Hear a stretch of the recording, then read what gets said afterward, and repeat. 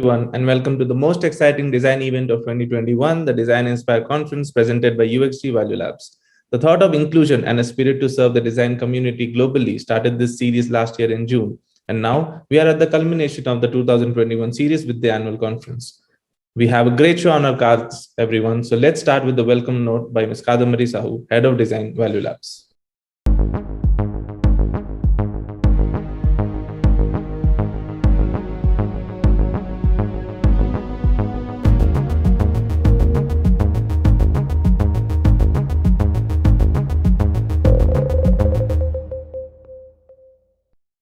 Thank you, Darshan. Hello, everyone. Design Inspire was started with the aim of creating a platform to spread design awareness and education accessible to all, irrespective of their backgrounds and geography. It is especially aimed at young and budding designers. Design is ever evolving, which means it's a difficult landscape to traverse in, where there's so many overlaps that sometimes it becomes overwhelming for young designers. The platform serves to create inspiration by its various offerings and is meaningfully expanding to create just and equitable futures for all. This year, apart from Designathon, conference and publication, we expanded to apprentice program, where we conducted enriching UX design course that was trying to get original thought processes out of the apprentices working on project and which especially wanted them to think beyond templates. The other initiative we wish to start in 2022 is DI Honors. We will handpick 10 best graduate projects and recognize the graduate designers. Design Inspire platform is our commitment to bring design community together meaningfully and serve as an example of good design by imbibing the philosophy of design to manifest these services, creating collaboration and spirit of belonging. This year, as the world heals from pandemic, there is a hope of doing better and building back better in each respect and every walk of life, society, and planet. The pandemic made the invisible injustice to the fore, be it discrimination or poor and minorities getting most affected by it, or to climate crisis. We as designers have lots to do, and together with everyone, we have to create equitable, just, and inclusive futures. With that call to create better and inclusive futures for all, I start this conference and its program. This year, the theme of the conference is Regenerate and Evolve. May the words of our speakers and deeds of our fellow designers inspire us to do more and better. Thank you. Over to you, Nishit. Thank you, Kadambari, for that amazing start to the conference. Let's go ahead and let me introduce you to our first keynote speaker of the evening, Alok Nandi.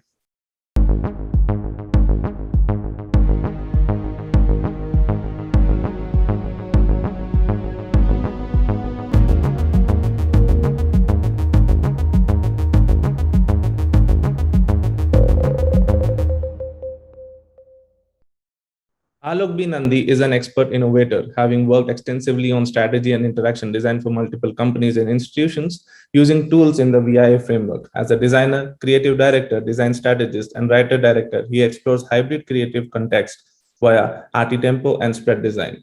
He has been dealing with storytelling across multiple media, spaces, and technologies, from high-tech interactive installations to low-tech ambience. Alok Nandi is a lecturer, an invited professor, and a regular speaker at international conferences and events, including Pekka Tokyo and TEDx Flanders. Welcome, Alok, to the event. The audience is eagerly waiting to hear from you. Hence, over to you. Hi, Kadambari. Hi, Nishchit. Hi, everyone there. It's 8 p.m. in India. It's afternoon here in Brussels, Europe. It's cold here. In your geography, weather, I guess, is much better. And so we'll spend some time together and reflect on our practice as Kadambari has set the stage where we have quite number of challenges.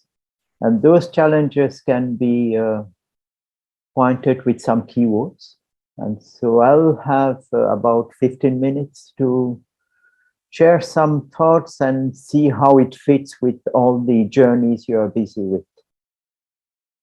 As you mentioned, Kadambari, the theme this year is Regenerate and Evolve.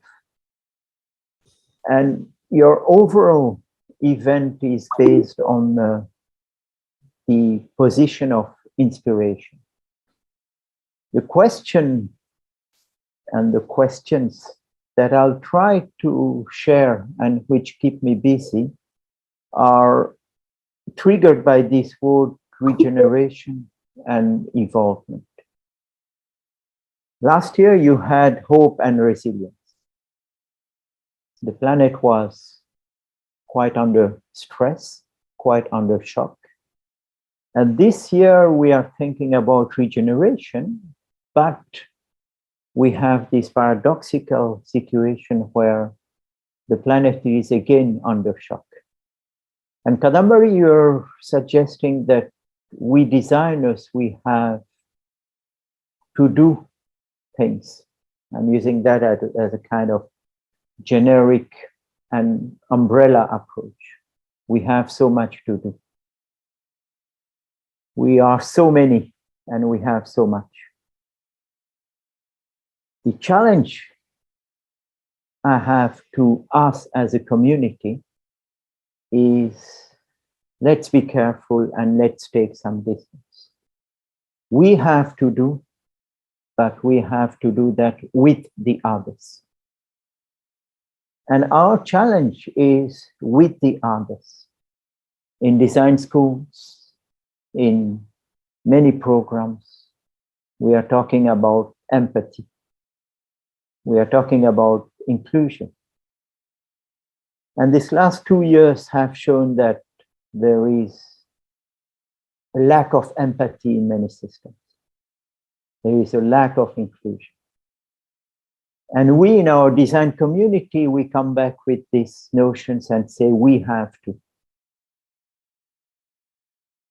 After these 2 years, we could say that we don't have control on what we have to. We have to have them working with us and we working with them. And this notion of regeneration could take place only if they are listening and we are listening. And one first thought of the day is, how are we going to have people listen? As designers, do we listen enough? As society, do we listen enough? And that's a complex question. You are going to spend a few hours together and you are going to explore many questions. Some of them will be abstract. Some of them will be hands-on. And so before getting into the next topics I'll go through, let me set the stage on 3 assumptions. One, which is we won't talk about recipes. UX, UI, we have so many UX laws, UX principles, UX recipes, and whatever. Let's take this moment to forget recipes and try to go deeper into reflecting about our practice. So assumption number 1 is no recipes. Assumption number 2 is reflective practitioner. Do we reflect enough as practitioner? My provocation to all of us would be no. Then your reaction would be yes, but how could we? And that is, I would argue, the essence of what this event is about. How could we do that more? Assumption number 3 is mindset of exploration. And there we are getting into a paradox. Design as a practice, we talk a lot about this mindset of exploration, but if we look deeply, it's 80% a mindset of execution rather than a mindset of exploration. So to come back to this theme of the day, regeneration and evolvement, I would provoke ourselves to say, how can we, each time we are pushed to execute, sit back and see how we can explore? Or in other words, how can we go where we have not been? Or how can we do things we have not yet done? That's much more easy to say now in a small Zoom conversation or a conference or whatever. When we are back to our practice, how can we work on that? If we don't work on that, we won't be able to regenerate. And so we are stuck in that loop. In order to try to break that loop, I was thinking of something I was busy with last week. I was called as a jury member in a design school, looking at works that students have been doing in France. They had a 5-year degree and they had their final presentation. And we had, as jury members, 12 students presenting 5 years of design education journey. And what was striking to me, and I'm sure we'll come back to that in the conversation later, is that education is putting design students already into notes. Rather than pushing into exploration mode, the stress is on execution mode. How come that students are already into that mindset? And my questioning was, maybe education systems need to be more provocative than listening only to the industry. But there I'm shooting in my foot. Because as a practitioner, as a designer having a studio, I want young designers to be as hands-on as possible. And so what I'm trying to stress here is the paradoxical situations in which we are. And this is the place where design has a key role to play. The ability to navigate with paradoxes. One way to frame those paradoxes are how can we move from what I would call the problem solution mindset? How can we bring the third variable? That would be for me something that I would like to use as a trigger for the rest of our conversation. Let me expand on that. Problem solution is I would argue, the current tunnel in which all of us as designers, we have been put for the last 10, 15, 20 years. The challenge I see is, how do we scope the problem is a place where we don't work enough. How are we going to rush quickly into a solution is the pressure that market is giving to us. And we as the designers, we are stuck into that. And so to come into resonance with what Kadambari was suggesting in her initial keywords, regeneration requires us to step back and have 3 entry points. First one, I'll call that in situ. Where are we situated? Second, in tempo. What is the pace at which we can begin to look at so-called problem space, landscape, areas of activities? And third one is in flux. How can we create the optimal tempo in order to see change happen? Because if you look at all the literature, at all these Medium posts, these Twitter streams, this Instagram series of stories, you have so many clues, but if you go and begin to look at the patterns, 90% are all similar stories. And what I'm interested in is you as designers essentially in India because of this event. How can you explore propositions which are not copy and paste of what you see in other places? How can you come with design stories, design prototypes, which are specific to your context? We don't see enough of them. I'm not telling it doesn't happen. I'm sure there are many things which are happening. What I'm telling is that we don't see those being shared on the planet. We see many stories coming from the Silicon Valley. We don't see many stories coming from the Indus Valley. And we need to reflect on how can we reshape the landscape of design stories, especially in this context. This event is there to have your stories being shared and us reflecting on that.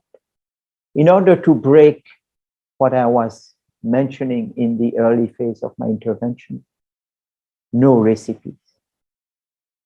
Let's have less recipes, let's copy and paste of the similar stuff, and let's move into some other interesting landscape.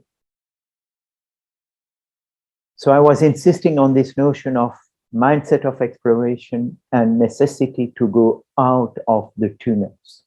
We are all pressed and we are rushing in our tunnels. And if you go back into what we heard 15 days ago or 3 weeks ago, we are getting now into what I call the meta tunnel. Everybody has heard about meta. Metaverse is the new meta tunnel. And you as designers and we as society stakeholders, we have to come with some critical thinking. We have to be active and share different perspectives, not run in that same meta tunnel and run in the same directions. So if I look from a very big picture, Arjuna Padurai, the anthropologist, who talk about scape, ideascape. What is important for us in terms of question is, how are we going to create knowledge together? And specifically insisting on the word knowledge. Not how are we going to create yet another interface, yet mingle some pixels. How are we yet going to create another app which won't be used by 97% of the people who are supposed to use that? How are we going to create new knowledge together is the question that I would like to put to this group of people, to us as design practitioners, and say, are we aware of what design is, of what design should be, of what design could be, of what design can be? If in this circle we are not exploring those set of questions, then we are going to lose our time again in the meta tunnel. In a nutshell, design is a set of contextual activities. And my provocation to all of us is that we don't spend enough time listening to the context, because we are taken by our practice, by the business pressure, the market pressure, the institutional pressure, whatever. And regenerate means reboot. Reboot means looking at 3 dimensions, which are the sense of purpose, the direction of projection, and the ability of prototype. Some of you might be telling, this is becoming very, very big picture, and it's time to land and work on some specific stuff. Yes, Specific stuff is what you are doing every day, every minute. Remember what I said at the beginning of this intervention, the assumption is reflective practitioner. Reflective practitioner means that we as a group, be it in the studio, be it in the design agency, be it with the client, are we co-designing enough the purpose? If I look at 90% of the project, no. Who's designing the brief? The client is designing the brief, is giving you the brief, even without designing it. And we are not in a position to challenge that brief. And so we, as a community of designers, we really need to reboot ourselves and work at the early phase of this co-design of the briefing, because otherwise we won't be able to regenerate. It will be wishful thinking. So keyword number one is co-design of the purpose, co-design of the brief, co-design of the early phase. Keyword number two is projection. The ability to project ourselves into what could be the situation, what could be the designing, what could be the artifact, what could be the object. I'm interconnecting purpose to projection. And this leads us to keyword number three, prototyping.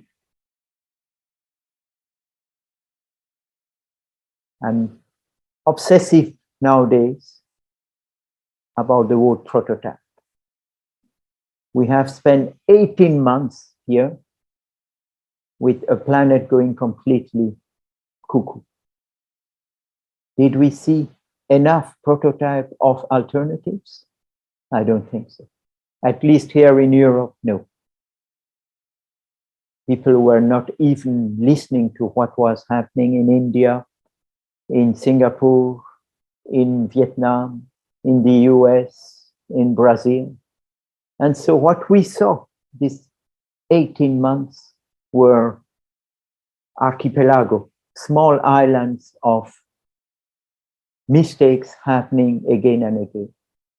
No shared learning, no listening. And I see time flying, and I have 2 minutes to close this first intervention. So my take on what happened these last 2 years is, if we want the theme of this conference to push us into the next regeneration and evolvement, we will need all of us together to redesign and co-design purpose of what we are doing. We will need moments like this one to see how we can project ourselves together into alternative scenarios and not pick only the 1, 2, or 3 scenarios which are provided by the business. And we will need to prototype stuff. So I'm happy to hear that, Kadambari, you are going to launch with your colleagues and your teams in 2022, a new initiative where young graduates will have the opportunity to explore. I would add that they will have the opportunity to prototype. And I'll challenge them to come with stories which are beyond the déjà vu, beyond the business as usual. Because what we have seen for the last few months or 18 months is that at the beginning there was a desire of not going back to the normal. Nowadays, for the last 4 or 5 months, what do we see? Going back to the normal is the déjà vu attitude. And we need to have you guys, we need to have us to challenge that. Otherwise, we'll be lost in that tunnel. And that tunnel is called nowadays meta tunnel. So on this note, I wish to all of you an excellent series of events and conversations, and to begin to think about 2022. We are already there. 2022 is tomorrow, and 2022 needs desperately to be completely regenerative. Otherwise, we are losing time. So, Kadambari and all your colleagues, thanks for having me, and looking forward to see what will happen in the coming minutes, hours, and especially in the next months and in 2022. Thanks, Nishchit, for the introduction and the MC. The floor is yours. Thank you, Alok, for that insightful talk. I feel the talk would really inspire the young minds who are listening in today. Thank you so much. I would like to remind everyone that we'll have a Q&A session with the speakers later, so please keep sending in your questions to us. We will select the best questions and ask them in the Q&A session. Moving on, as Steve Jobs said, design is not just what it looks like and feels like, design is how it works. The DI Designathon, which was our 24-hour flagship design hackathon event for design students this year, has been nothing short of a great story. 99 plus teams, 250 plus design students coming together to work on a design problem and come up with a unique solutions to solve it. Tonight, we have our top 3 teams out of the 99 participating teams here to present their ideas to us. The theme for this year's Designathon was Regenerate and Evolve. In the Designathon brief, each team had to design a solution that could impact lives for the better in the light of the pandemic's effect on mental and psychological health. It wasn't that the world was not affected by many mental and psychological health issues, but in the arrival of the pandemic, these issues got amplified. At the same time, many lost their loved ones, jobs, and the appetite to stay happy. Others who did not directly face loss were affected by the Zoom fatigue and uncertainty of life. Design has a pivotal role to play today. It is not just about creating a beautiful artifact, but about creating a societal impact through various interventions. The challenge seeks to identify one of such issues. It invites the creation of an intervention that can span across tangible to intangible in design, like from product to services to anything. Our teams have put in great efforts to showcase the creativity in outlaying the design brief in terms of the presentations. We will now go ahead with the top 3 presentations that were selected by the jury. Inviting Team 1, Brain Hurricane, for the presentation. I request the team to please be on camera and take over the screen for the presentation. Over to you, Team Hurricane. All the best. Thank you. So, hello everyone. We are Team Brain Hurricane. We are students of Interaction Design from NID Bangalore. I am Babita and I'll be presenting on my team's behalf. So, given the brief, we brainstormed around many areas and finally chose mental health of kids. We chose this because we thought that kids have not known the pre-COVID time era much. They are unable to realize or communicate if they are being affected mentally by this change. As we exchanged stories about kids in our circles, it emerged as a very interesting area on which not much attention has been paid. So we begin with the initial hypothesis that screen time has increased significantly during COVID, and it is affecting kids' emotional and mental abilities. As parents are multitasking, they are unable to pay quality time and attention to the kids. So then to dig deeper into the matter, we did our secondary research. During our secondary research, we tried to understand both sides of the situation, how COVID has affected parents and children, tried to understand the challenges that they face. From the research, we realized that the research said like the more time kids spend on screen, more likely they were to have emotional, social, and attention problems. For our primary research, we were able to conduct 2 interviews given the time frame. They were both the mothers of children, one a 6-year-old and another a 9-year-old. We asked them questions around behavior, activity of children, and the challenges that the kids and they faced during this time. One of the mothers told us how her daughter was always on iPad and was not interested to talk to anybody else besides it. Another told us how when someone asked who's your best friend to her daughter, she named a YouTube show character. So here the child was unable to differentiate between a real person behind a screen and a character on a YouTube show. So we basically derive these insights that the children have become used to online interactions. These interactions feel easy and passive, and so they now resist physical interactions. The interactions with parents have decreased, and although parents might feel that it's easy in the moment to just hand the device to the children, they might not be able to recognize how this excessive screen time is having a long term impact on their child's mental health. Then, identifying these design opportunities, we moved on to make a design brief. We then further refined it. And so, our final brief was to design a solution to develop empathy and relationship building with parents and closed ones among children. Based on our research, we also made a persona of the child. The child is named Ankit Tiwari. He's 8 years old and he's well versed with using the technology. We also made a persona of the parent to understand their pain points, motivations, and aspirations. We also listed down our assumptions and identified the stakeholders. So our assumptions were that the child is between the years of 7 to 10. He's attending classes online. The parents are also at home. They are working from home, and their grandparents, relatives, and friends are visiting the family. So then we moved on to ideation. One of our ideas was task-based journaling, where there's a device that assigns children some tasks, and he goes around, and the device also enables him to document those tasks. And another idea was of a virtual pet that helps them express their feelings and acts as a companion. But we rejected these ideas because we felt that they were increasing the distance, like pushing them further from a real relationship rather than bringing people closer. So our selected idea was a tangible product around story collection. It's a coin-like device that collects audio stories from family members. Each coin is associated with a family member and has a unique colored light. We are using light intensity to show how frequently the child is talking to that person. The coins can be carried around by attaching them to a wearable like a locket.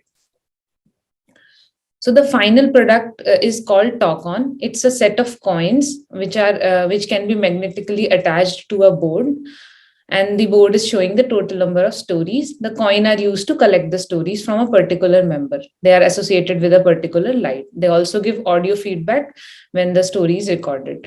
So when the child has just talked to a person, the light is glowing with the maximum intensity. As the time passes and it has been a while since the child has interacted with that adult, the glow starts to fade away.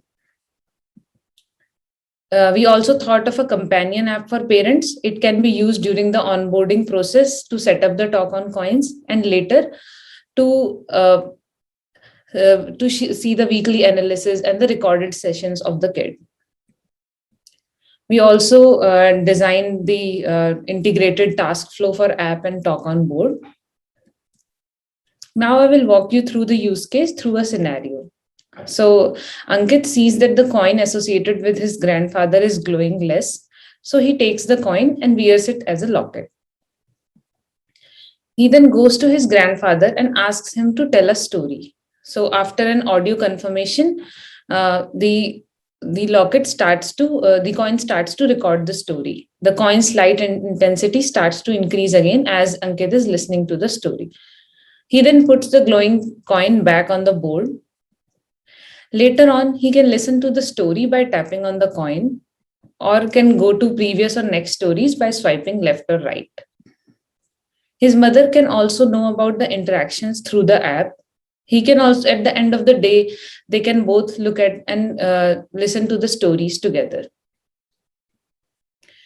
So our proposed solution provides an alternative to screen time, develops empathy through storytelling, and encourages discussion around the stories in the family. We also thought of some improvements. So instead of carrying around each coin for every person, there can be a universal coin that captures the audio stories. And later on, when the universal coin is put on the board, it syncs with other coins and transfers the stories to respective coins. The coin can also be used as a tracking device for child safety. So that can be another use case of the wearable.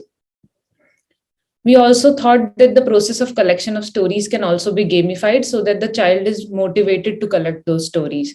So, for example, each the talk on can have different levels. Each level can have a jigsaw puzzle associated with it. And as he collects another story, another piece of puzzle falls into place. And the levels could correspond to a narrative. For example, it could be journey of a story collector. That's it from our side. Thank you for giving us the opportunity. I'll stop sharing. Yeah. Thank you, Team Brain Hurricane, for that presentation. I hope you guys were able to impress the judges. We will be announcing the winner at the end. So now let's go ahead and meet a second keynote speaker of the evening, Pazit Kagel.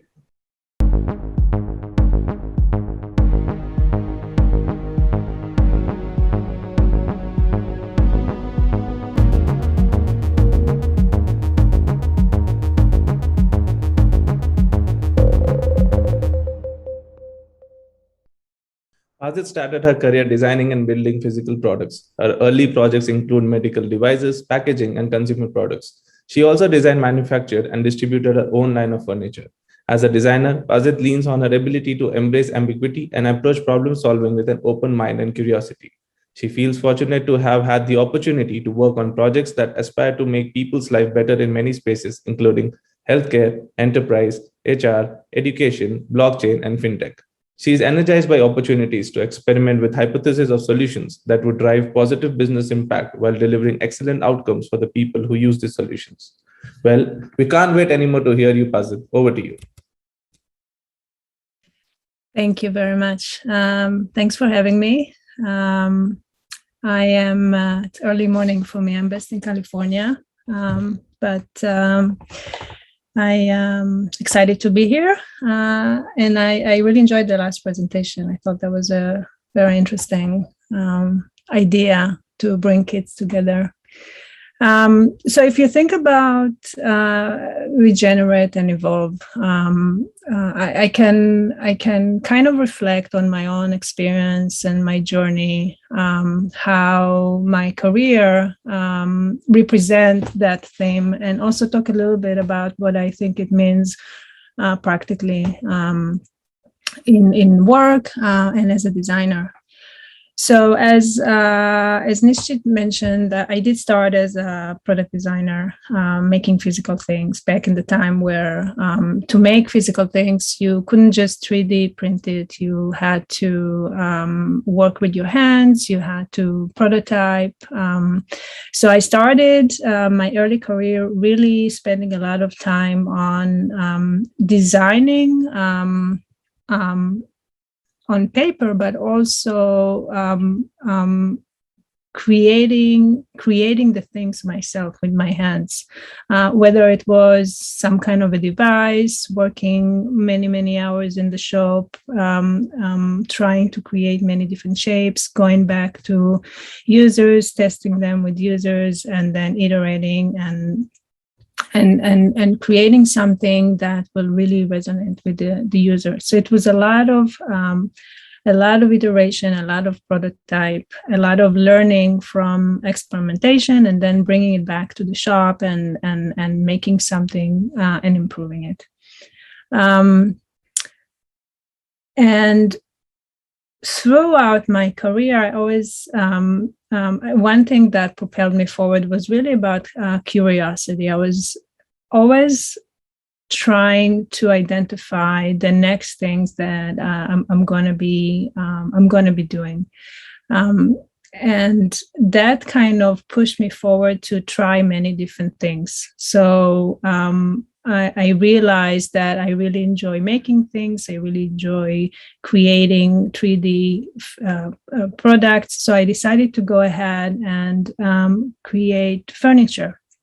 And then from that, I became interested in what does it mean to not only make the product, but also sell and distribute it. And that evolved into a business. And from there, I became interested in what would it mean to have a deeper insight into why are we making what we're making? What are the things that we need to understand in order to create better products? And that led me into exploring my familiarity with research, went to do my master's degree in human factors and ergonomics, which gave me additional tools into my tool bag to learn how to do qualitative research, quantitative research, to gather more information and to create a process that is really about understanding needs, understanding pain points, and centering the design around what the user need, and not just about my own thoughts and my own fantasies. I made the transition into digital design and started working in enterprise. And that experience was very important because it gave me the opportunity to be familiar and work on very complicated spaces. I had the opportunity to work across many different industries, to understand problems of many different spaces, and every problem is different. And I think one of the beauties of design is that as a designer, you can move across many different spaces because designers have the basic skills of trying to understand what is the problem, working with the users, and doesn't matter which space it is. So, for example, some of the projects were in healthcare, some of the projects were in logistics, and then I came upon projects that had to do with emerging technology, and that ties into the curiosity as a designer. Being able to land into different spaces, for example, working on a project like blockchain, for example, what does that mean? Yes, you bring in your designer toolset, but you also have to have understanding a little bit about the domain.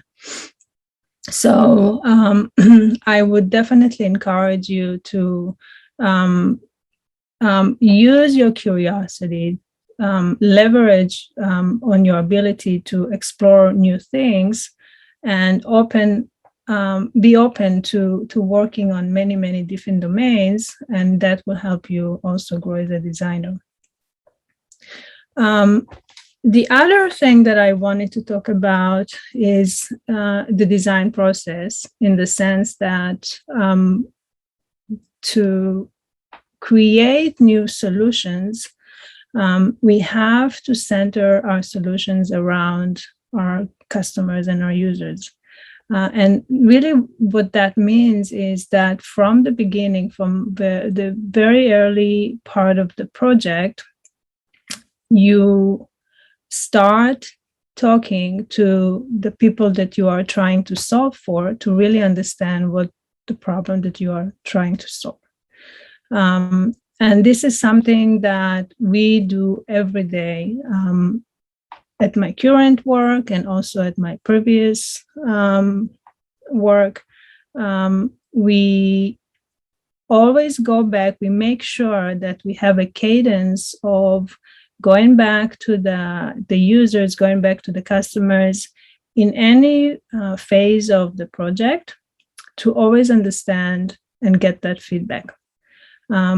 So in the beginning, if you are working in the top of the funnel, if this is an idea that is not really materialized yet, you have a problem, business is coming with some kind of a problem, the best thing to do is to start by identifying who are the people that we're solving that problem for, and is that a real problem?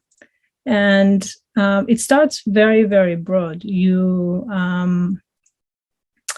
try to identify the groups of the people that might experience that problem. You have to find way to reach out to these people, and that sometimes is the most challenging part. Finding people that you can talk to, finding people that will be willing to give you some time. And then once you have access to people that can be relevant to solving your to the space that you're trying to solve, then start talking and having a lot of conversation, being able to put some kind of a stimulus in front of these people, ask them questions, and then bring it back, synthesize, and then build something based on what you learned, create some hypothesis based on what you learned, and continue the process. So if you think about your role as a designer, whether you work in an agency, whether you work in consumer product, whether you work in enterprise, you need to expand your toolkit not only to things that are specific to the trade. Knowing how to wireframe is very important. Knowing how to work with the different tools is very important, but also understanding the language of the other stakeholders that you work with. If you think about your business stakeholders, understanding the language, understanding the priorities, understanding the outcomes that are hoping to reach for the business, understanding numbers sometimes, being able to look at forecasts, being able to look at the decks that they share during meeting and to understand what their goals, what are the things that they need.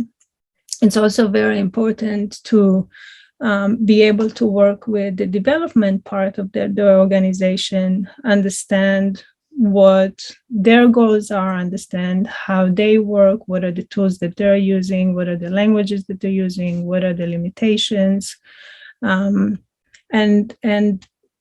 being able to have a fruitful conversation with all the stakeholders in order to collaborate and create something new. I think for me, evolve and regenerate, especially during this time, is the ability to be agile and flexible, ability to live with ambiguity, especially as a designer. A lot of time you start in a project that is very vague and it's not clear what the outcome is going to be. It's not clear what the result is going to be. But being able to leverage our experience and also the tools that we have, the tools that we have, our knowledge about research, our knowledge about how to create hypotheses, and pull from those tools in order to try to make that ambiguity a little less ambiguous. Help make something from nothing, which is very challenging. But I think in an organization, I think that's one of the most important roles that we have.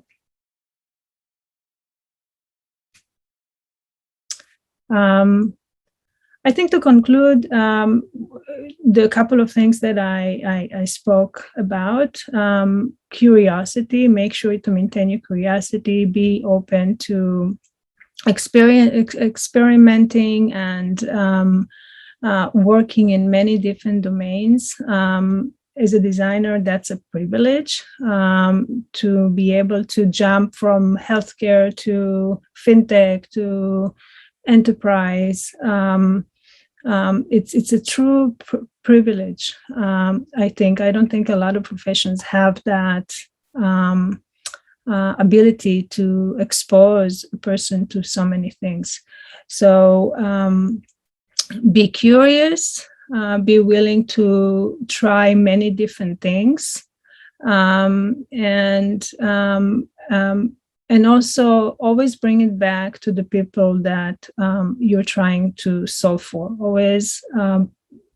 Always come back with your hypothesis, with your prototype, with whatever it is that you have, back to the people that you're trying to solve for, get their feedback, and then build upon that, because otherwise you're just creating in a vacuum.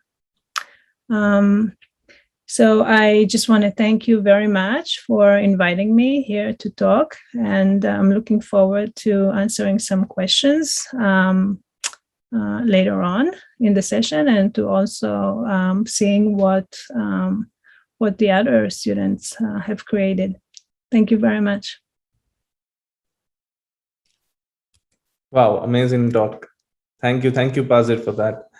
Thank you for bringing your expertise and experience around the table and enlightening our audience tonight. Thank you. You're welcome. Thank you. Okay. So everyone, if we have any questions, do write it in the Q&A section. We'll be starting the Q&A session with the speakers in a minute from now. I would also invite Ms. Kadambari Sahu to please take over the Q&A session. Thank you, Nishit. Yeah, I think Alok has actually answered a few of them, but I would like to, expand on that maybe. And let me first put that question to both of the speakers today. One of the person is Suryansh has asked here, as designers, how do we deal with moral dilemmas that may come up, keeping in mind inclusivity and the environment? So hi Kadambari and hi Pazit. Can you hear me? Yes, he says we can.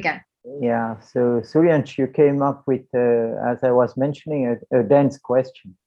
And one of the magic of design versus many other practice is the ability to prototype.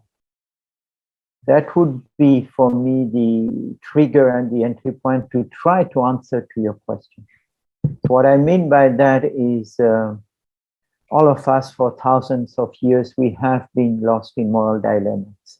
And if we go back into our classes of philosophy and so forth, we have different levels on what happened at what moment. And it comes in resonance with what I was mentioning in my interventions, the notion of situation. In situ, are we listening enough? And are we in a position to try to unfold the possibility of answer? And it's by doing something, a micro action, that we can begin to unfold. And that's why I put in my answer, the interesting prototype would help to have less ambiguity. And Pazit, you mentioned that in our actions, design helps to be less ambiguous. And that is where I see a resonance on what you were mentioning and the question Suryansh was giving to us. I'll take some other questions which are asked by the team here. I'll go with Gautam first, because here we've just answered a very philosophical one and he's asking a very practical question here. He says, hi Pazit, thank you for your talk. Can you please suggest some toolkit to improve the agility in research related phases of a project? Yes, absolutely. So anything from paper and pen to Figma is good. It's not really about the tool. It's about what is the question that you're trying to answer and what is the fastest way to create that feedback loop. In the beginning of the process, when you have very high level questions, it's actually better to start with very low fidelity. To make sure that you're not confusing the user, to make sure that you can focus on the specific question. So if you are, for example, trying to understand whether a certain elements in a dashboard make sense for a financial application, it's not about the colors or creating the perfect logo. It's about showing them the different elements and then asking them, does this resonate? Would you use this? Would that bring you value?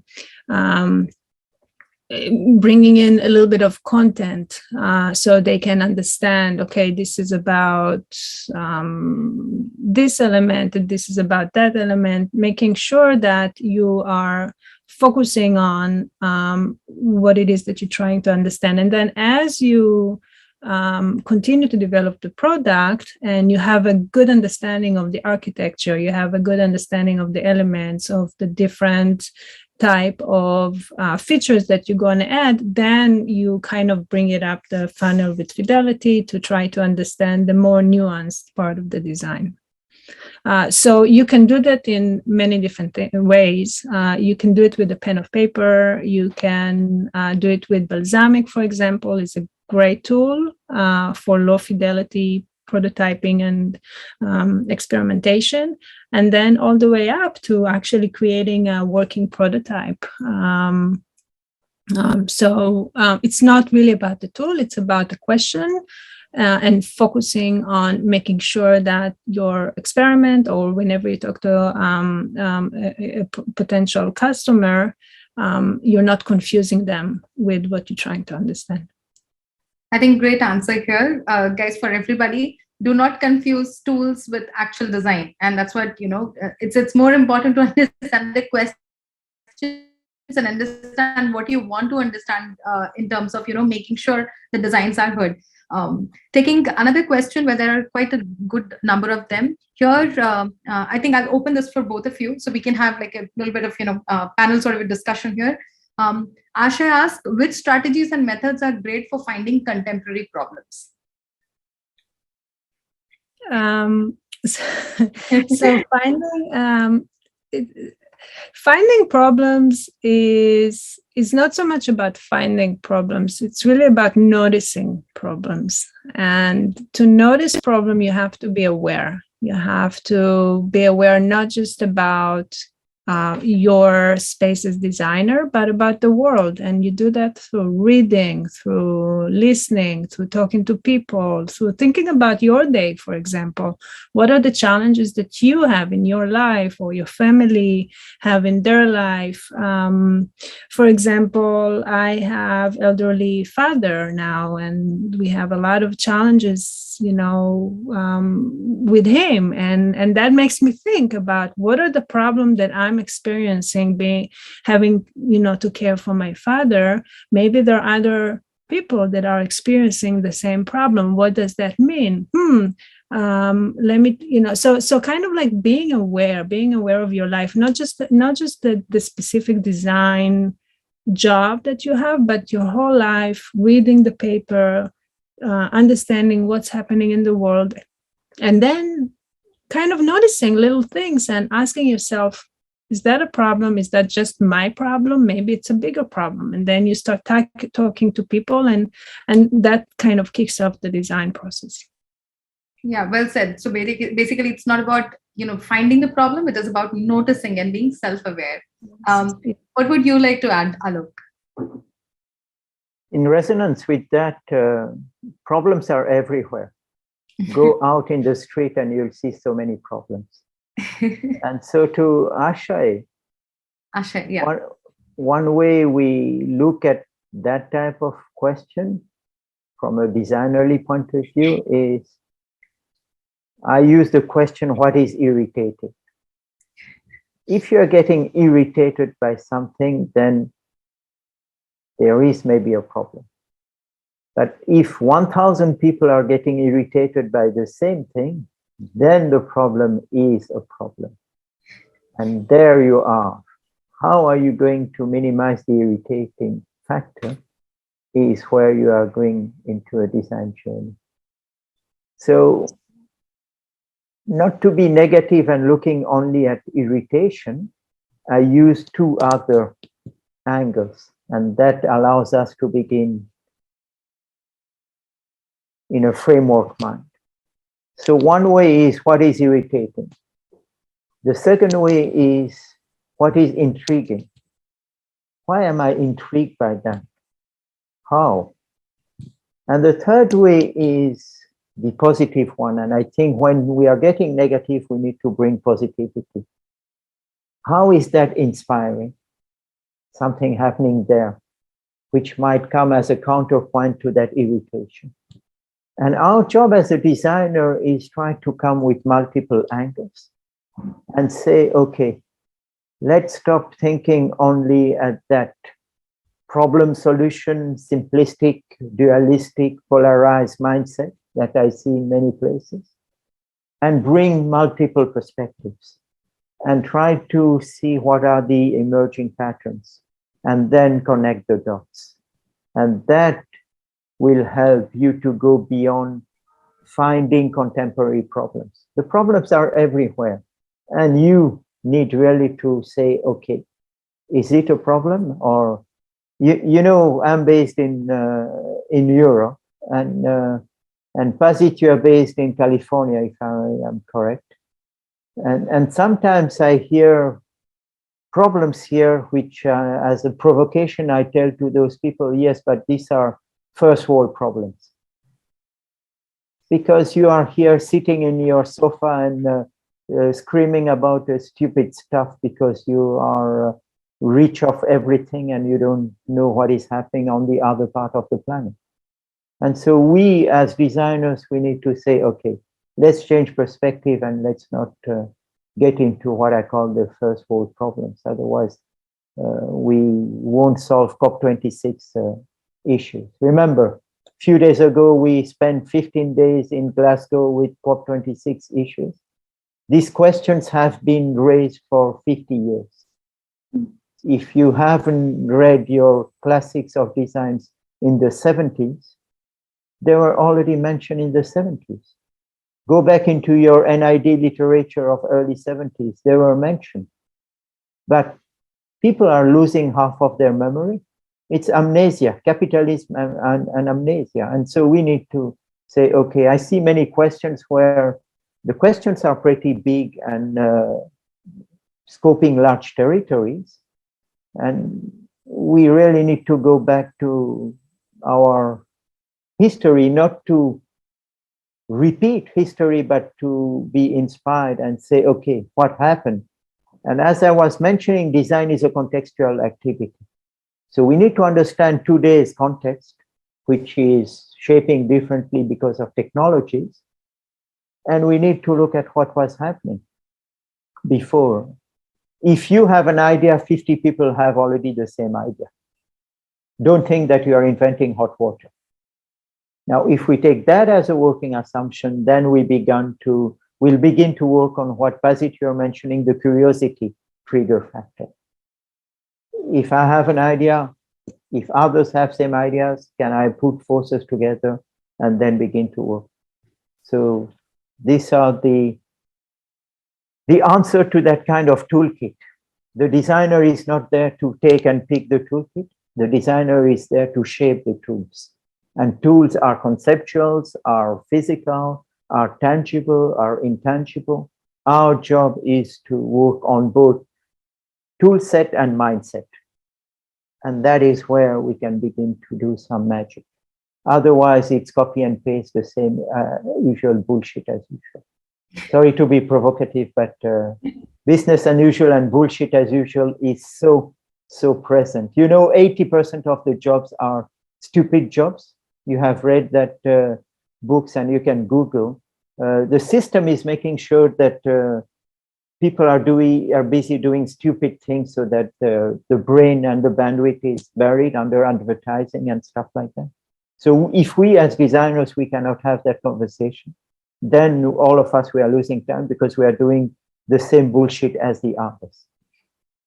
So Kadambari, that would be my take. Wow, I just love that provocation, bullshit as usual. Wow. All right. I think, my God, there are so many questions. I think we'll take just one more. Okay, there's quite a lot Shandu of is talking of the Eurocentric design culture. How can we take multicultural factors? Okay, let me just put it. Scream, Shandu, scream.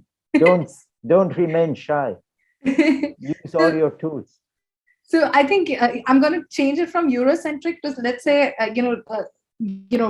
let's say Western centric, or taking only one part, or even just taking one geography away. But I'm going to talk about universal design, if you're going to say. So the question here says is, in a Eurocentric design culture, how can we tackle multicultural factor in universal design, since one design solution cannot fit all?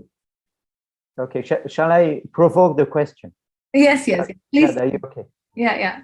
So Chandu, as a designer, when I see a question, I say, okay, let's deconstruct the question.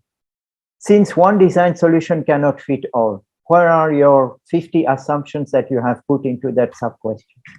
Why do you want to have only one design solution fitting all? We have 8-9 billion people on the earth. Let's stop monoculture and come with one design solution. We need to have 1,000 solutions for 1,000 geographies.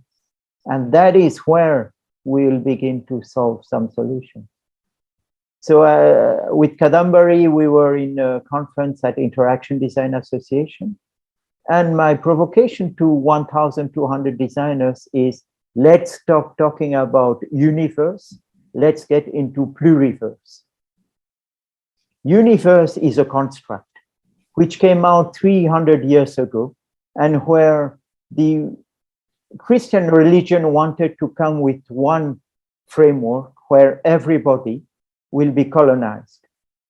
Nowadays, we are talking about post-colonization, and I would push ourselves to say we need to go beyond post-colonization. So when we see the word universe, you as a designer, counter-reaction. This is a construct.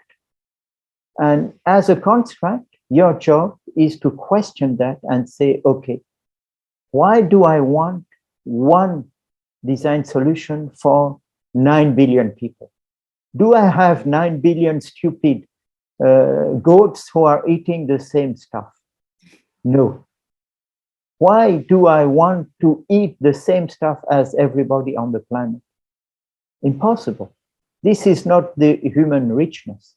So let's deconstruct the question and begin to see, how am I going to build something which is meaningful for that particular geography or situation or activity, and make people happy and better, rather than having the same stupid fridge with the same stupid McDonald's food. And sorry for guys who are working for McDonald's, you should stop working for McDonald's then, and begin to have specificities.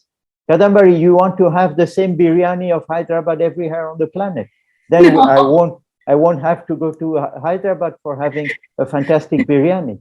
So let's try to focus on that. And these are where design have a role to play. Am I too provocateur? Maybe. But if not, then we are going to eat the same stupid hamburger. Replace all the biryani by the hamburger.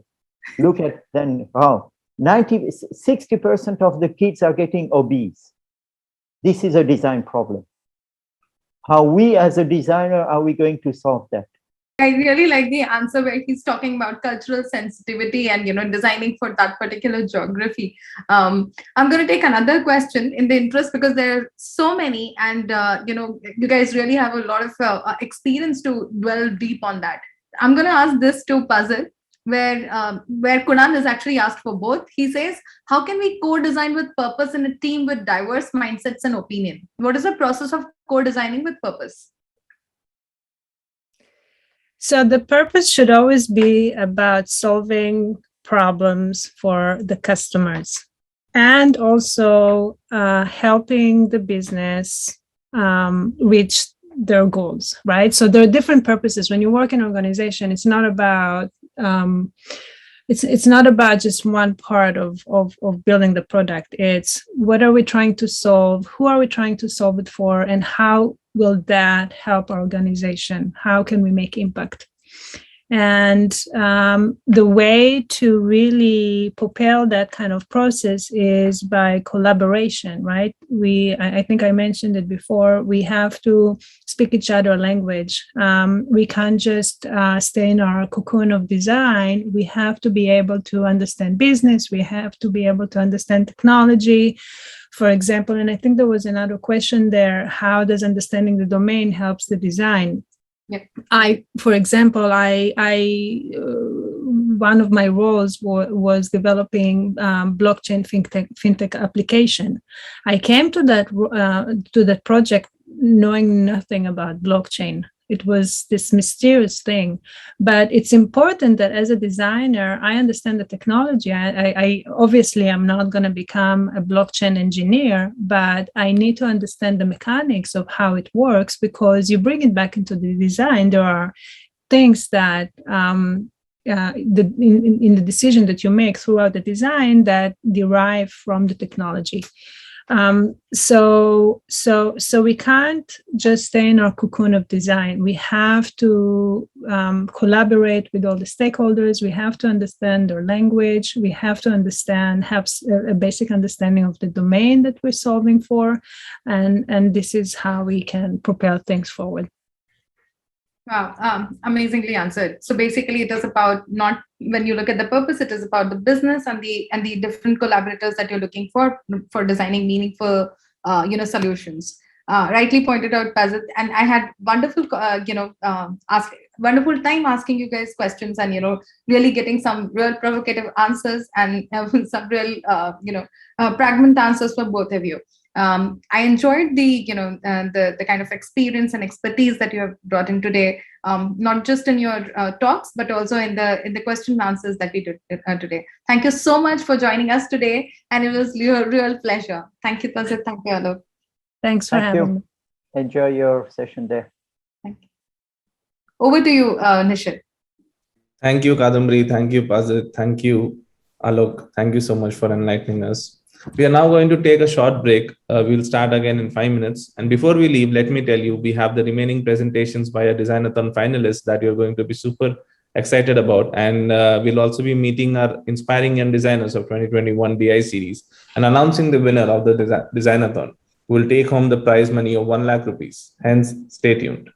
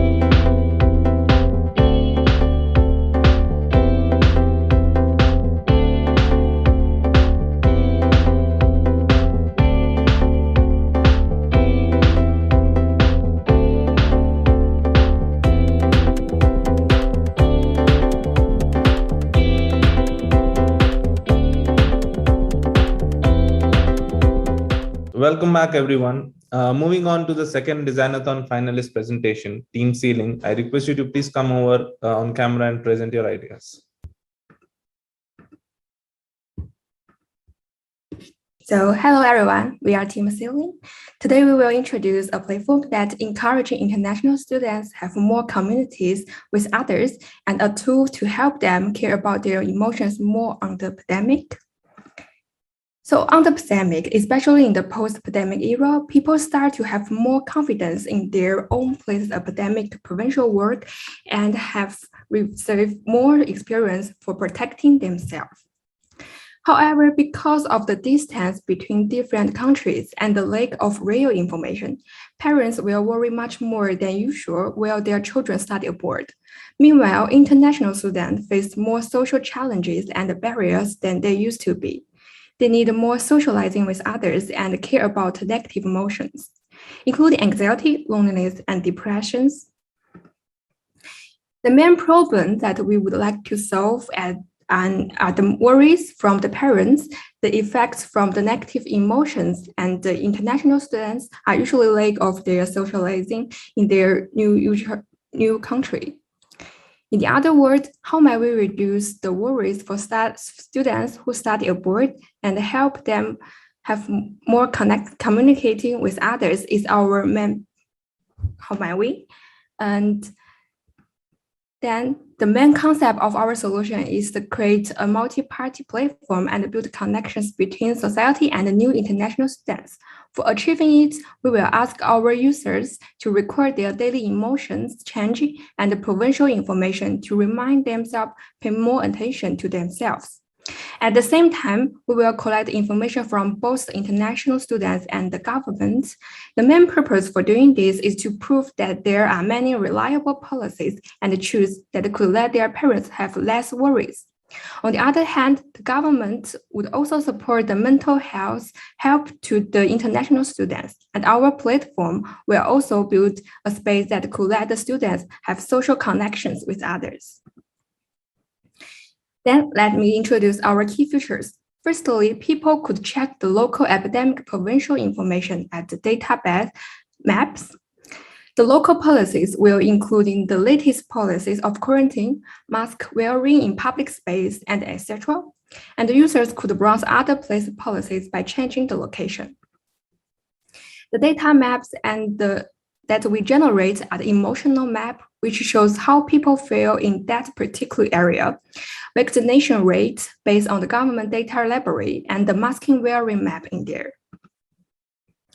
The main feature that we want to introduce to you is the daily recording. Users need to record their emotional changes and epidemic provincial work. We will collect and analyze their data to output the mental health reports for them. In the surveys, we will let our users record their energy level, relaxation level, optimistic level. We would also require them to pay attention to their negative emotions, such as loneliness, anxiety, and depression. At the end of our survey, we ask our users to count their sleep time for last night and take notes about if they have exercised and wear a mask that day.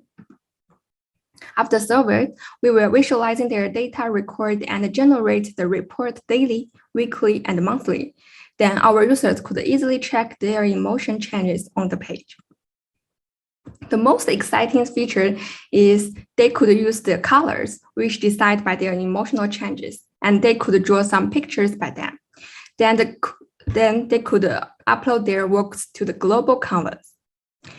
In the user's canvas, there is a free drawing space that people could draw anything on it, and the colors that they could use for that day are based on their emotional data. For example, if the users feel so chilled and relaxed on that day, he or she could have a deep red to use. And then in the other time, the users may feel less relaxed in the day, she or he can only use a light red to paint. After users finish their works and update to the word canvas, they could start to have more communications. They can write or draw something words to the people, and also they are able to edit the others' work. We hope our users could enjoy drawing and sharing communities with others. Then we want to talk about the strategy and limitation of our project. The strategy is, first one is we have collect the real data and the information from our users. And the important thing is we got the data security and we're collecting them. We ask our users if they would like to share to the public or share even to the hospital or government. And then there's more organizations like hospital, they could connect with our students straightly and also have like analyzing the big data for the area. Then the other thing is we combined both interning and mental health care in our platform. The limitation of our project is we, because of the limitation of our time, we didn't consider lots of accessibility things. For example, we, if there's any colorblind people use our platform, they may have a problem with using the colors or distinguish different colors. Or when there's some people hating using some colors or not feel comfortable to use the specific color, they could have the right to choose their own color. And the other one is we need more people using our app at the first stage to help us building the data and the library. Last but not least, I would like to highlight some moments in our process. In the ideation phase, we have checked many desk research to figure out what should be our topic. We try to focus on more professional mental health issues such as OCD, but we realized that the best healing methods for them should be to seeing a doctor. We need to focus more on people who have mental health problems, but in a mild symptom. After decided the focus on the general mental health problems, we choose the international students and their parents to our target user, because we noticed that in these years, people have barely know the epidemic information from other countries. They could only see the numbers from them, which was scared, and also some news, but only focus on the bad things. So we want to decrease the distance by showing the real situation from people who lived in the other country.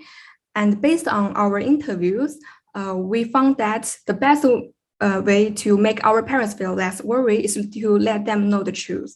So based on that, we create 2 simple user profiles to identify the needs and goals from our users. We built our basic features for our app and the research and the solution map, which could achieve their users' needs and goals. After we build those main features, we want to input some in creative moments for our platform. We did a desk research for e-game and board game. Then we decided to choose the sharing canvas one as our communication platform. After that, we made a lo-fi prototype and invited some people to do the usability test for us, and we can get the feedback to reiterate our prototype. After that, we have our org in Movens. We hope even under the pandemic, people could still enjoy study abroad and be safe. That's all we want to share to you, and thank you for watching.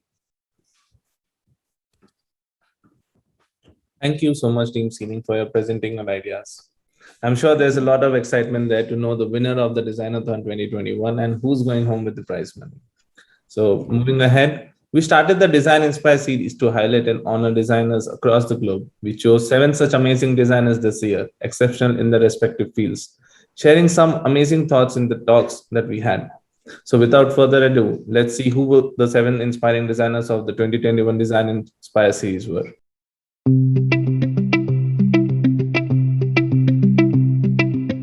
Put yourself into environments where you are being challenged a little bit, maybe beyond your comfort zone, and where you get good support for growing in that environment. You start somewhere, you have a need, you go, you search, you find, you struggle, you take the things that you find, you return back to where you started, but more improved. You have the power from your journey, and then you are the leader who can now make the change. And of course, it all started with you and it ends with you. This formula, we can see in many successful stories, most famously the story of Star Wars by George Lucas. And not all the contradicting decisions would lie in black and white. Probably it may be in a gray scale. There might be multiple decisions having different scale of positives and negatives attached to it, and you probably have to decide which one you still want to take. You may not have clear answer that it's a right or wrong decision. As designers, we focus so much on making designs feel very visible, shout, scream, all of that. But if we don't get them into a normal, if we don't get them into an invisible, back into the invisible that we got people out of, it's like stirring someone and not making them feel comfortable. Just like machines, humans have a limited capacity to process information. But unlike machines, we don't slow down or freeze up when we have a lot of info to process. We have a much better coping mechanism. We filter.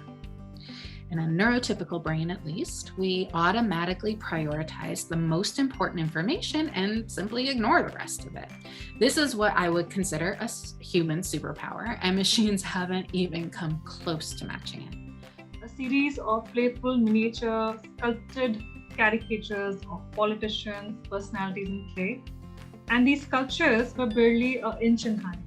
That was the actual scale. And in fact, these sculptures went into Lincoln Book of Records in the year 97. That for me was a penny drop moment.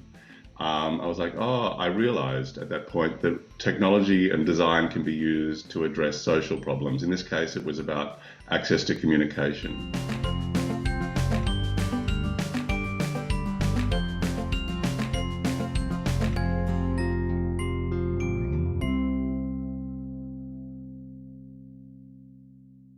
That was inspiring.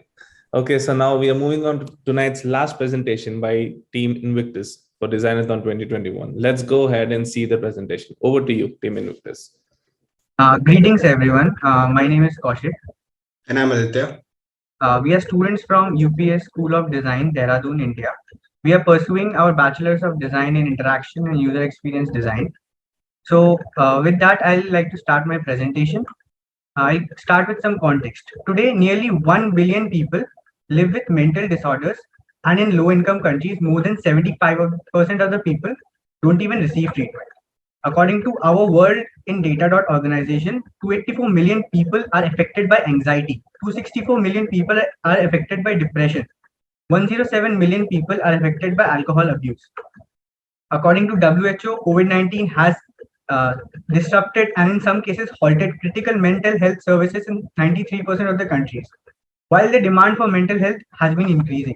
So we started our whole Designathon by looking into the problems COVID-19 has caused in India, like making like branching out the problems, looking at different stratas of life and different stakeholders, and then we narrowed to general population work from home students. We chose this because we have the maximum amount of empathy with them. We are also students, and that's why we went with that. And even in our micro environment, we could find people that we would be able to interview for this. So our problem statement was, how might we improve the micro environment of Indian work from home professionals and study from home students to keep them mentally and psychologically healthy during and post COVID-19. We conducted primary research by interviewing 7 students. They were 5 to 15-minute interviews and 5 work from home professionals. They were mostly our neighbors and some of them were our friends. So these were the main topics that we asked about. We asked about the mental health issues during lockdown. They told us about increased anxiety, negative and pessimistic thoughts, loneliness, isolation. Then we asked about biggest negative impact of lockdown. That was lack of interpersonal human touch. That was the most repetitive one, confined to small area.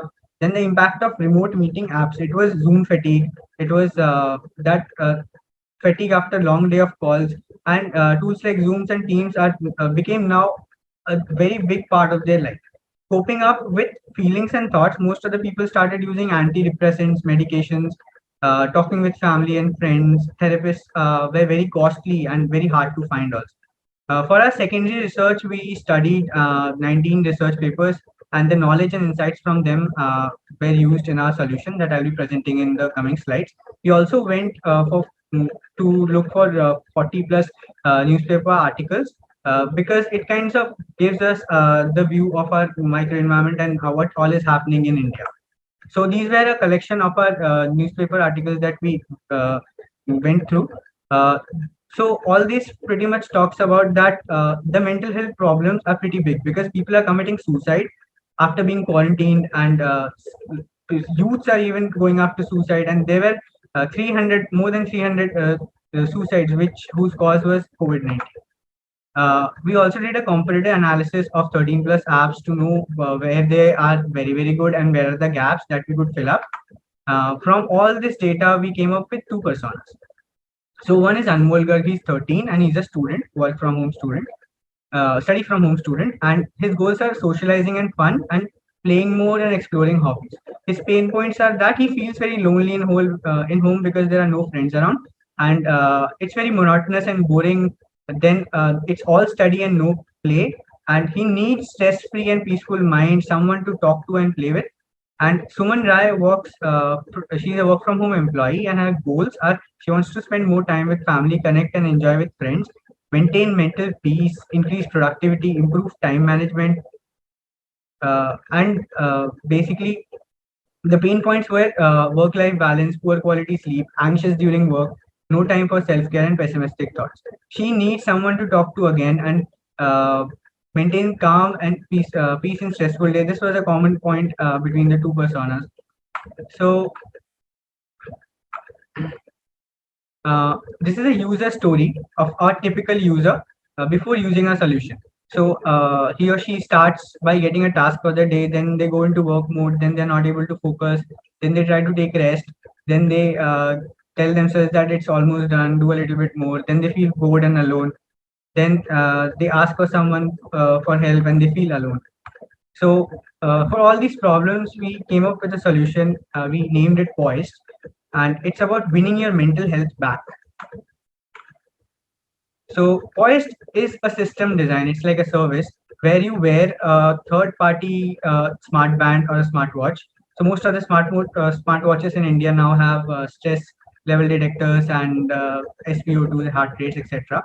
So the user wears the watch all the time and it tracks the vitals and stress levels, and then it sends to our Poised AI pet, which is a tangible product. It fetches user health data from the fitness tracker to provide a specific therapy.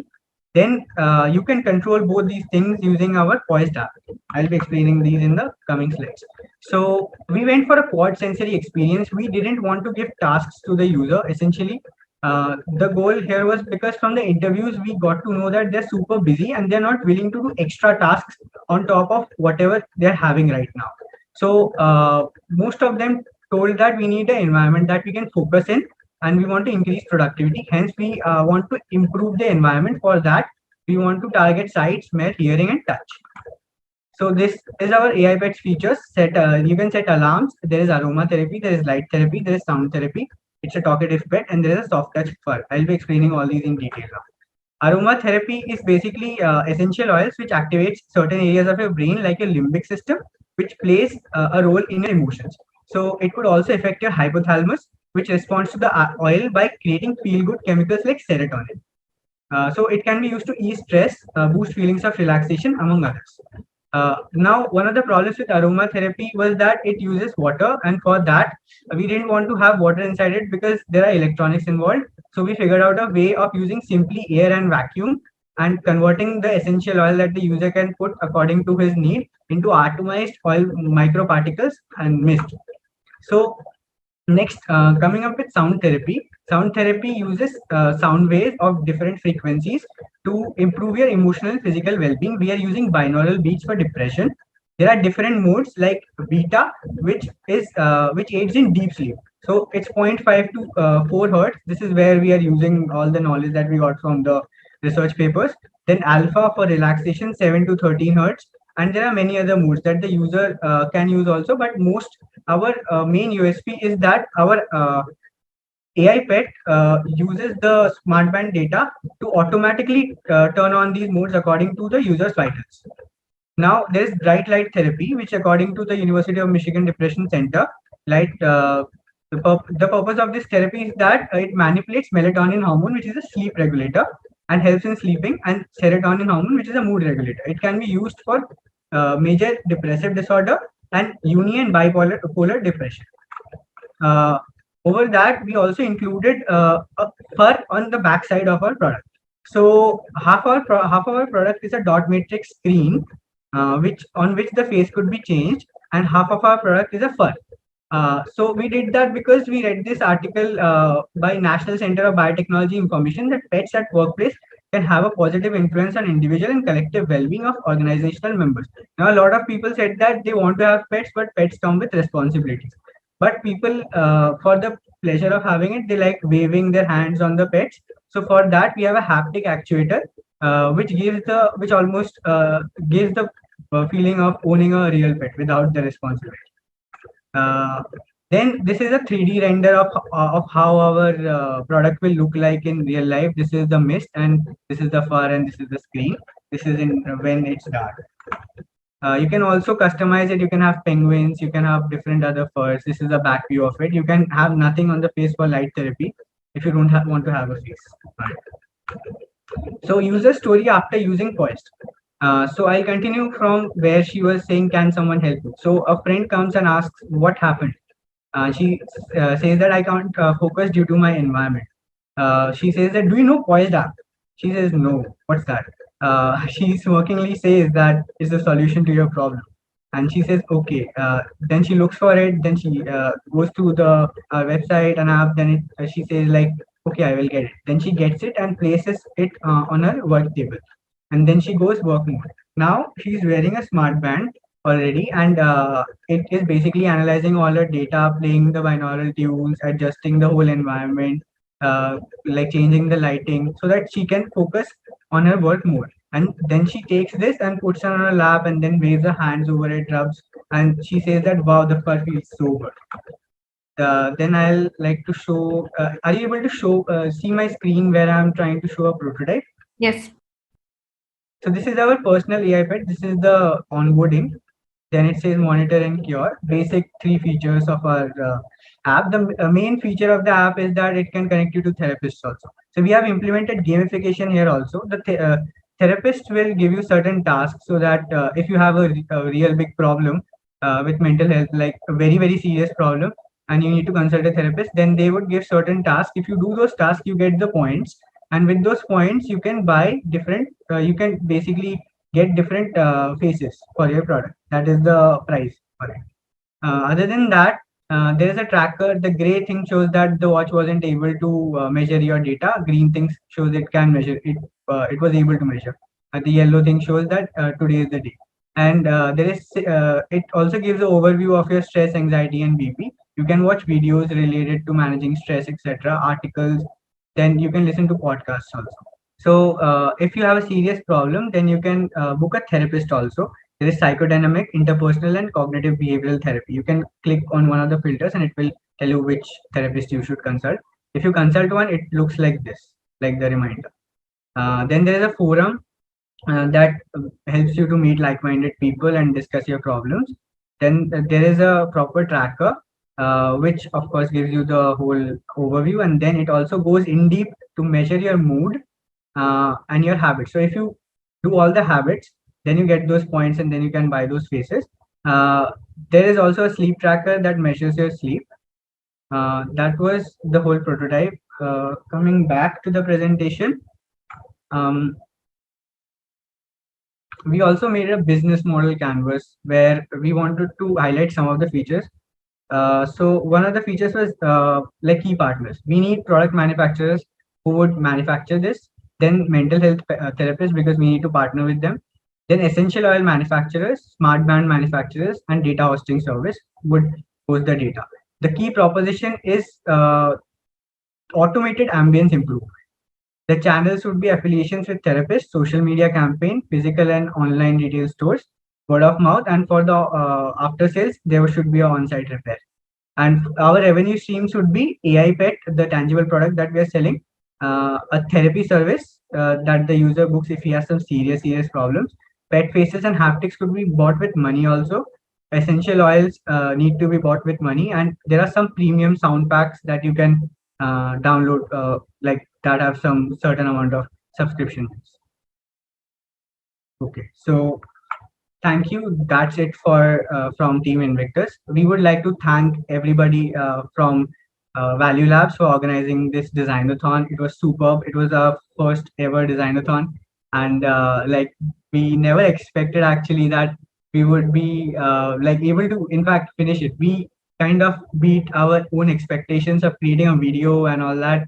And I think so it made us super confident. It gave us a lot of confidence as designers that we can break our own limits on a daily basis. That like the whole experience was super inspiring and it was super motivating. Thanks for organizing. Thank you. Thank you, Team Invictus, for the presentation. We'll shortly see which team goes on to win Designathon 2021. Moving ahead, Design Inspire announced its apprentice program in August this year, which was a 3-week program aimed with the potential to provide the young design students and design professionals with the UX skills they need to grow onto becoming a professional UX designer. The theme for the apprentice program this year was Design for Design Education, where 15 apprentices of Design Inspire and 6 mentors from UXG ValueLabs joined hands together to create new futures and possibilities in design education.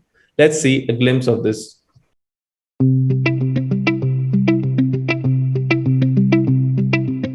Put yourself into environments where you are being challenged a little bit, maybe beyond your comfort zone, and where you get good support for growing in that environment. You start somewhere, you have a need, you go, you search, you find, you struggle, you take the things that you find, you return back to where you started, but more improved. You have the power from your journey, and then you are the leader who can now make the change. And of course, it all started with you and it ends with you. This formula, we can see in many successful stories, most famously the story of Star Wars by George Lucas. And not all the contradicting decisions would lie in black and white. Probably maybe in a grayscale. There might be multiple decisions having different scale of positives and negatives attached to it, and you probably have to decide like which one you still want to take. You may not have clear answer that it's a right or wrong decision. As designers, we focus so much on making designs feel very visible, shout, scream, all of that. But if we don't get them into a normal, if we don't get them into an invisible, back into the invisible that we got people out of, it's like stirring someone and not making them feel comfortable. Just like machines, humans have a limited capacity to process information. But unlike machines, we don't slow down or freeze up when we have a lot of info to process. We have a much better coping mechanism. We filter. In a neurotypical brain, at least, we automatically prioritize the most important information and simply ignore the rest of it.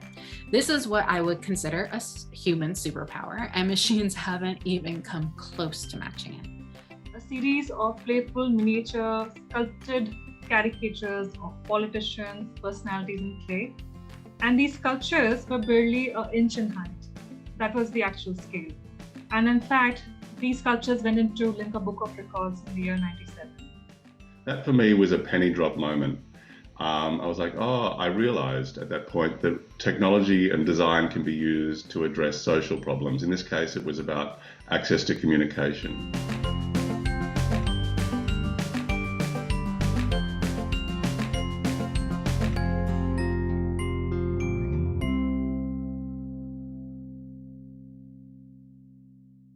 Now I request Team 1, which was Stars Aligned, to please come on camera and share their experience with us and let us know what they have taken back from the Apprentice Program 2021, and also followed by their felicitation. Yeah, hi Nishit. Hey, hi Ashish.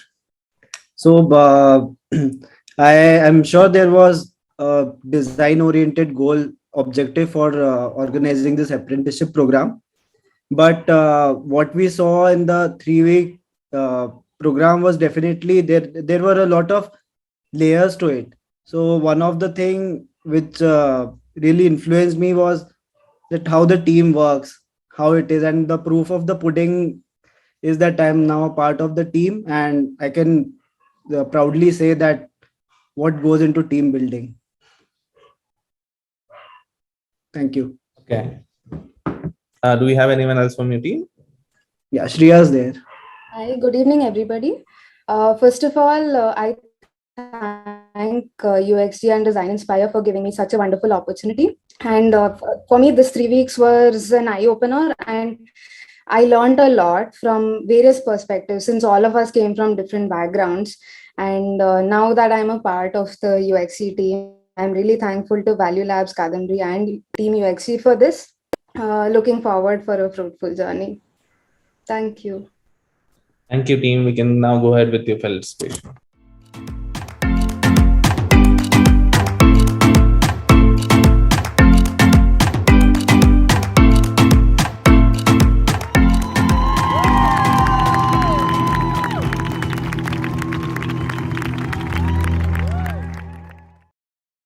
I now request Team 2 Cosmos to please come on camera and share their experiences with us and let us know what they have taken back from the apprentice program, which was conducted in 2021. Do we have anyone from Team Cosmos? Yeah, I'm there, and Tausif is also there.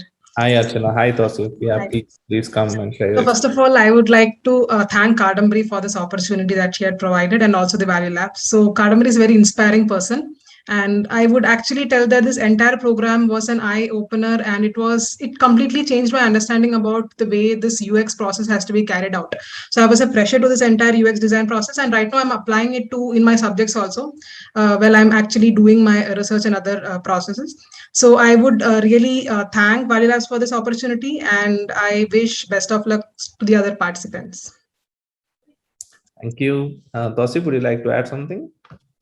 I'd like to second what Archana said. And for me, the reason I joined the apprenticeship, or applied to the apprenticeship rather, was to really understand how corporates apply the whole design process and solve problems, industry real life problems.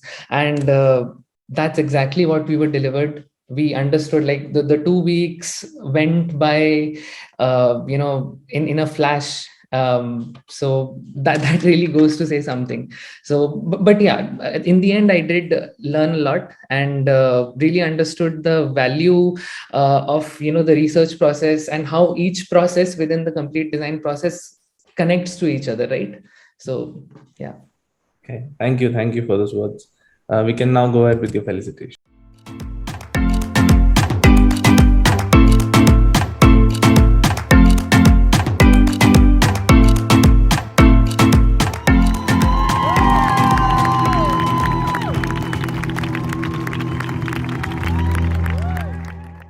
Thank you. I now request Team Futura to please come on camera and share their experiences. Do we have anyone from Team Futura?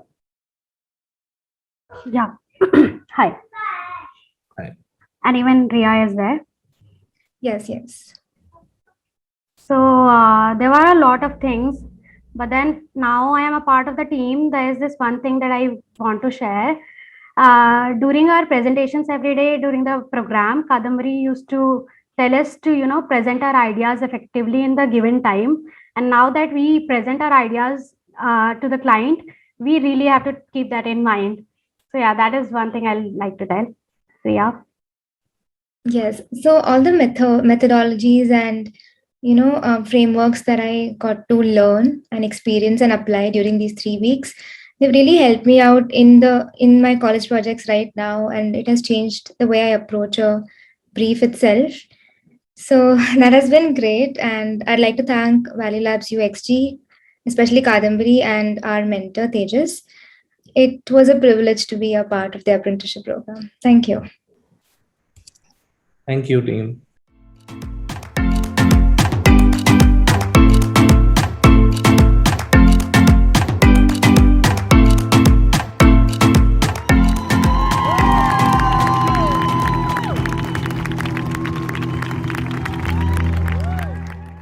I now request Team Trinity to please come on camera and share their experience. Hi.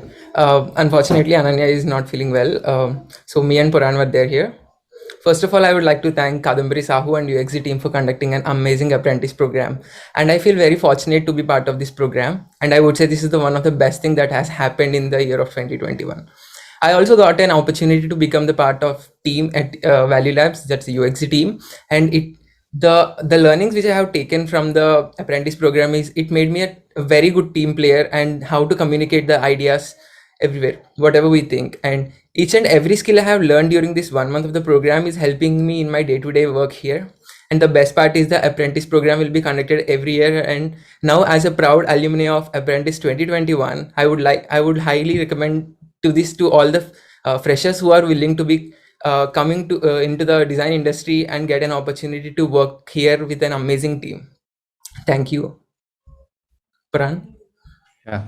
Hi, everyone. I hope you all are enjoying the conference. And on this occasion, I would like to thank the Design Inspire platform for the apprentice program that we had, and also for conferring us with all of us with the title of Apprentice 2021.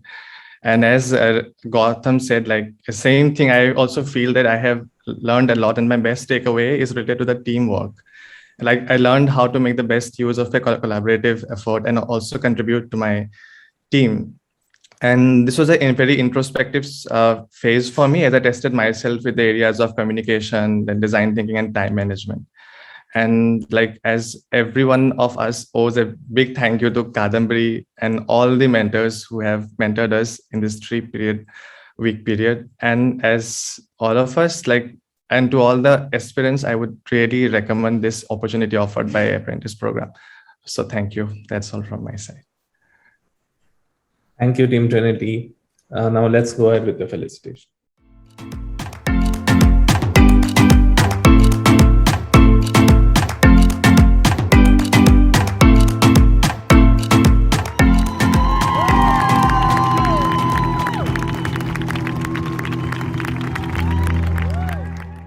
Thank you, apprentices. I guess we are all now ready to face the design world. And I just wanted to inform everyone that your certificates are ready, which are going to, come to you really soon. And you guys are already, on the website, as apprentices of the Design Inspired Series 2021. So you can go check them out and you can share it with your friends and family and boast about it. So that's all for you today. Now, moving ahead, we believe the Design Inspire series helps budding designers and design enthusiasts to uncover new ideas and to have more knowledge on the latest design inspirations globally, which can spark positive changes in the society. We wish to officially launch our website and the DI Honors program along with the ebook of Design Inspire 2021. Let's see a glimpse of it.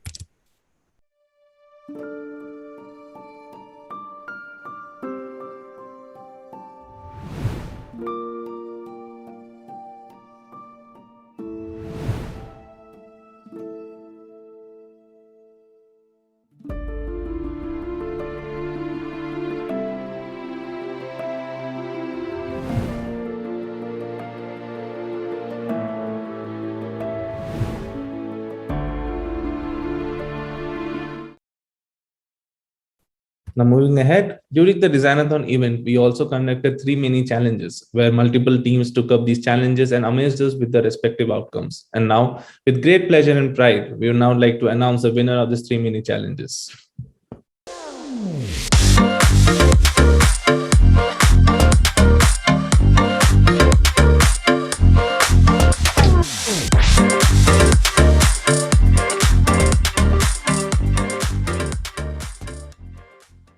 Congratulations, Team Elementary. Now going on and let's get to know who's the winner of the second mini challenge.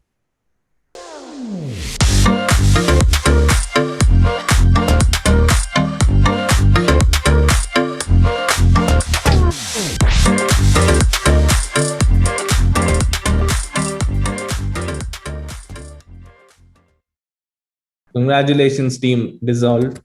Nice name. And now moving on and revealing the winner of the third mini challenge.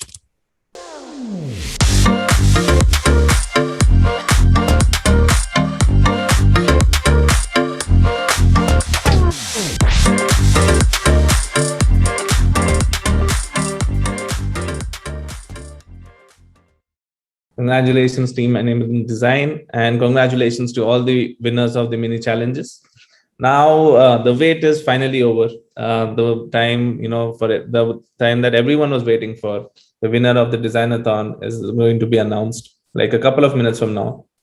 So we are now going to announce the consequences of the Designathon competition that was held on the 30th of October 2021.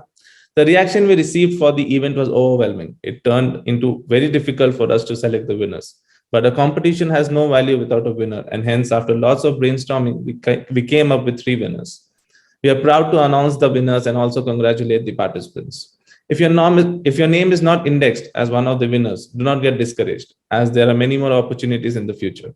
The best part of competition is that through it, we discover what we are capable of and how much more we can actually do than we ever believed was possible.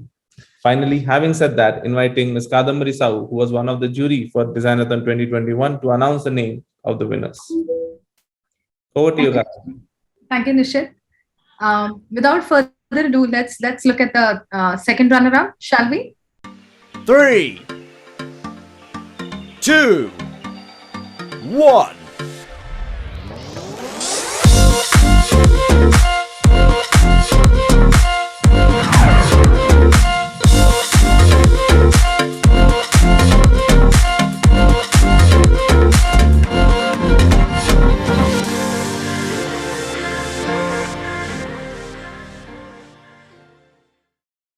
You guys can please come on camera and maybe you can talk about some of your experiences and how do you feel currently?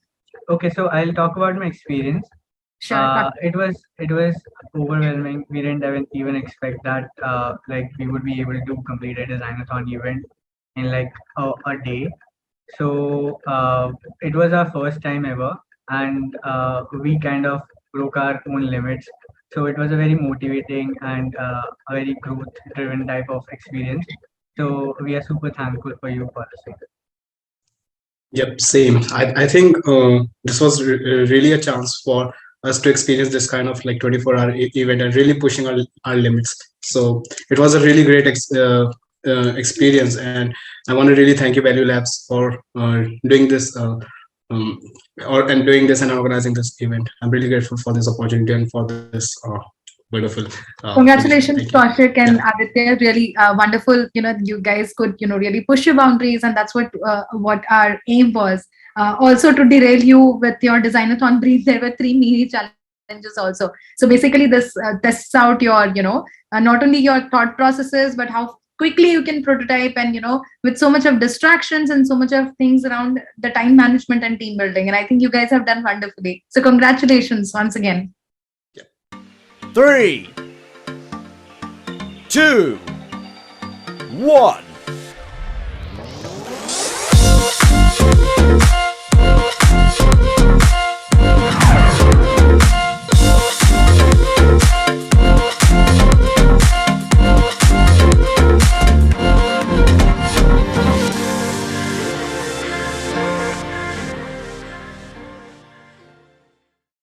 Congratulations. Thanks. It's so exciting. Do you want to share with us, what went on in 24 hours and how was your experience? Yeah, I think I will let my team speak then. Yeah, please, you please first. Yeah, we have a really happy and relaxing atmosphere. Will help our team to cooperate with each other. Yeah. I think you can see our PowerPoint. We take some works in the garden, not just focus up on the program, on the project, because sometimes you couldn't just sit in the front of the desk and try to find the inspiration from the laptop. Sometimes you need to take a walk, have some chats. I think it is also kind of way to let a designer to have some more better inspiration. That's what I want to say. And thank you so much. Yeah. And also because we are now in UK, so we have time differences. And also we kind of struggle with the time difference because we need to submit like in the really middle night time. But yeah, the experience was so interesting. And also we got lots of good feedback from our judges. And I think that's really good and help us a lot. Thank you. Congratulations once again. Yay. All right, let's move on to the winner of the competition, who's taking the 1 lakh rupee now. 3, 2, 1.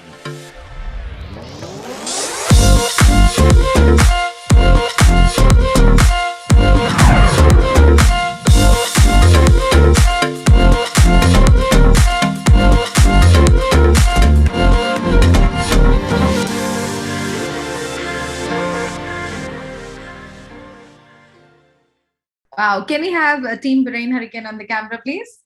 So what do you feel? How do you feel? Really overwhelming and very, very exciting. And thank you for giving us the opportunity and recognizing our work. Thank you. Yeah, thank you so much, guys. We enjoyed a lot. Like there were moments while we were like preparing our documentation and everything that we were not sure like where this is going, but this is extremely overwhelming. Thank you so much. Yeah, we learned a lot during this hackathon, and it was a learning in so many terms in following the process and teamwork. So thank you for the opportunity. All right, you guys are taking home the money and the prize and everything. I hope you all the success and please do continue, because the main aim of the competition is to push the designers to know, just to question their own limits and go beyond that. So congratulations on winning, and keep keep designing, be inspired. Thank you so much. Have a wonderful day ahead. Yeah, over to you, Nishad. Thank you, Kadambari. Thank you, everyone. And congratulations to all the winners. Keep up the good work and spirit. Moving ahead, any event is incomplete without thanking all the people who are associated with the success of the same. And hence, I would like to conclude the event with a special vote of thanks and felicitation of the speakers. I wish to extend my deepest gratitude to our speakers, Pazit, Kagel, and Alok, Nandi, for lending out their time during the festive phase of the year and sharing their thoughts, experiences, and wisdom with us. They have enriched us and inspired us to take on more significant challenges in life. I would also like to thank our inspiring designers who shared their knowledge and experiences during the talk series and have joined us today from various geographies. I would like to thank ValueLabs, particularly our CEO, Mr. Arjun Rao, SVP Operations, Mr. Banu Rampalli, and SVP Design, Ms. Kadambari Sahu, for their encouragement towards this initiative and supporting it wholeheartedly to bring this knowledge accessible to the world. I would like to thank the entire UX group who worked above and beyond their working hours to much enthusiasm to make this happen. And last but not the least, the Designathon teams who participated and the attendees of the conference who made it a success. We hope to see you in the coming year with new episodes and inspirations. Please cling on for the final credit video before we move on to a happy weekend ahead of us. Signing off, thank you, namaste.